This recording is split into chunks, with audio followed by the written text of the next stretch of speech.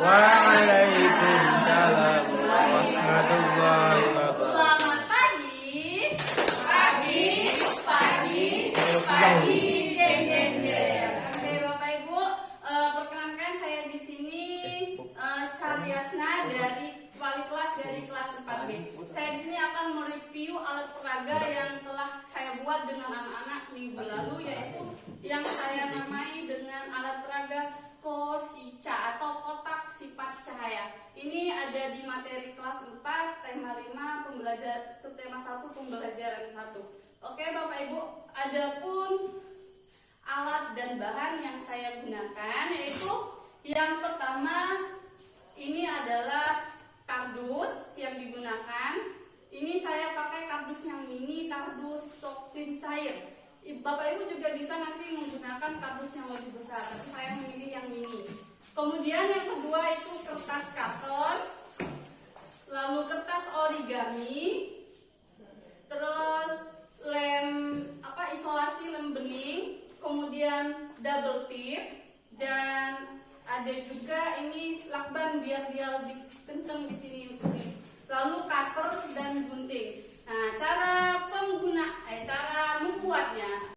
membuatnya yaitu yang pertama, kardus ini tadi kan ada 4 sisi. Nah, 2 sisinya kita potong menggunakan cutter. Karena mengapa menggunakan cutter? Karena dengan cutter dia lebih mudah motongnya. Kalau gunting susah dia motongnya. Jadi menggunakan cutter kita potong 2 sisinya, kita hilangkan. Lalu kertas karton tadi kita tempelkan. Nah, guna double tip tadi kita taruh di sudut-sudut sini biar dia tuh tidak mengembung. Kalau lagi digunakan dia akan menempel dan melekat di sini. Kemudian setelah kita pasang dengan kardus, sisa yang kardus yang 2 sisi yang kita potong tadi kita buat seperti ini. Nah, ini untuk diperagakan nanti. Sisa kardusnya tidak dibuang tapi bisa digunakan untuk membuat seperti ini. Kemudian sudah ditempel dengan isolasi yang di bawah sini dengan lakban biar dia agak rekat, lebih rekat lagi. Dan kertas origaminya kita buat untuk hiasannya. Hiasannya bisa sekreatif kalian mau dihias seperti apa. Kalau saya cukup dengan balon udara, terus rumput-rumput, kupu-kupu, dan awan. Nah, untuk melihat alat dan bahan dan cara membuatnya untuk lebih jelas lagi, ini sudah saya tulis, saya tempel di belakangnya. Oke, sekarang yang ketiga adalah cara penggunaan alat peraga Kosica atau kotak sifat cahaya. Saya boleh minta bantuannya Bu Yeni maju ke depan.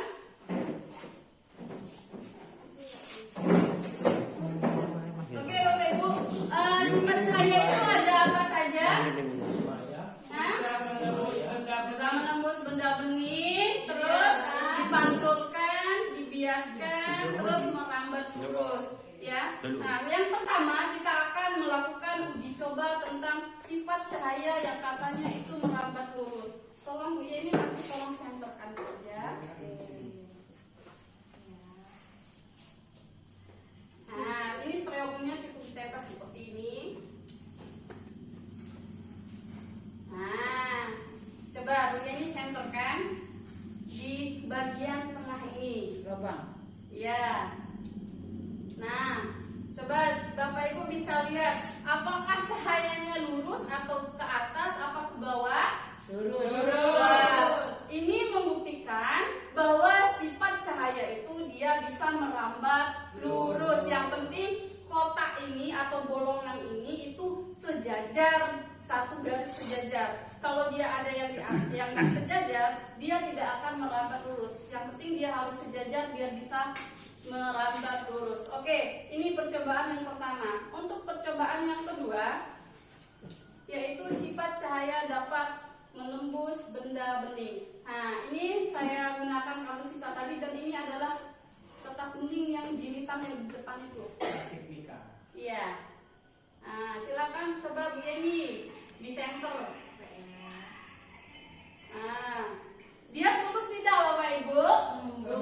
Nah, berarti sifat cahaya itu bisa menembus benda bening. Coba kalau yang ini tembus tidak? Tidak. Nah, jadi kesimpulannya sifat cahaya itu dia mudah menembus benda bening, tapi dia sulit untuk menembus benda yang gelap atau padat. Kemudian yang ketiga itu adalah sifat cahaya dapat dipantulkan. Nah, alat dan bahan yang diperlukan adalah cermin. Cerminnya ini terlalu mini sebenarnya. Ini juga sisa-sisa dari PA. Nah, coba Bu Yeni disenterkan. Mantul. Nah, apakah dia mantul? Mantul Itu bentuknya. Nah, ini. Nah, pantulan cahaya bisa digunakan kita caranya menggunakan cermin. Nah, dia mantul tidak? Mantul. Mantul. Yang penting cahayanya lurus ke cermin. Jadi dia mantul bukan tembus ke belakang, tapi dia memantulkan. Contoh lain seperti kita saat kita bercermin. Nah, itu juga contoh sifat cahaya yang dapat dipantulkan. Oke, silakan duduk Bu Yeni. Terima kasih. Kemudian yang terakhir itu sifat cahaya yang dapat dibiaskan. Nah, ini saya punya bentuk alat bantunya gelas kecil diisi dengan air. Biasanya ini menggunakan pensil, tapi saya menggunakan kayu. Ini kayu dari jambu bol. Kita celupkan ke sini. Nah, coba Bapak Ibu perhatikan, apakah ini lurus atau bagaimana bentuknya? Bengkok. Hah? Bengkok. Bengkok. Ya, dimana kalau suatu benda itu melalui dua medium yang berbeda, pasti dia akan dibiaskan atau terlihat bengkok atau terlihat patah. Ini membuktikan bahwa sifat cahaya itu dapat dibiaskan. Sebenarnya ada satu lagi sifat cahaya itu yaitu dapat diuraikan, tapi kita tidak bisa membuktikannya di sini. Tapi kita bisa membuktikannya dengan cara, ada yang tahu apa itu pelangi? Nah, tahu? Pernah lihat pelangi? Nah, pelangi itu salah satu contoh dari sifat cahaya yang dapat diuraikan. Nah, matahari itu, cahaya matahari itu putih, tapi karena dia terjadinya dari pergabungan warna atau spektrum yang sering disebut Mejiku Hibinawa Hibiniu. Nah, apa itu Mejiku Hibiniu?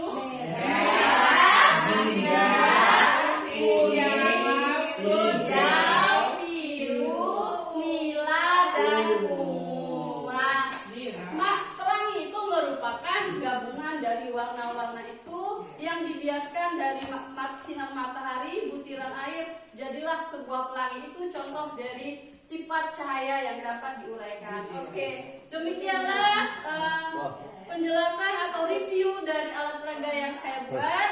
Lebih dan kurangnya saya mohon maaf. Wabillahi taufiq wa hidayah. Wassalamualaikum.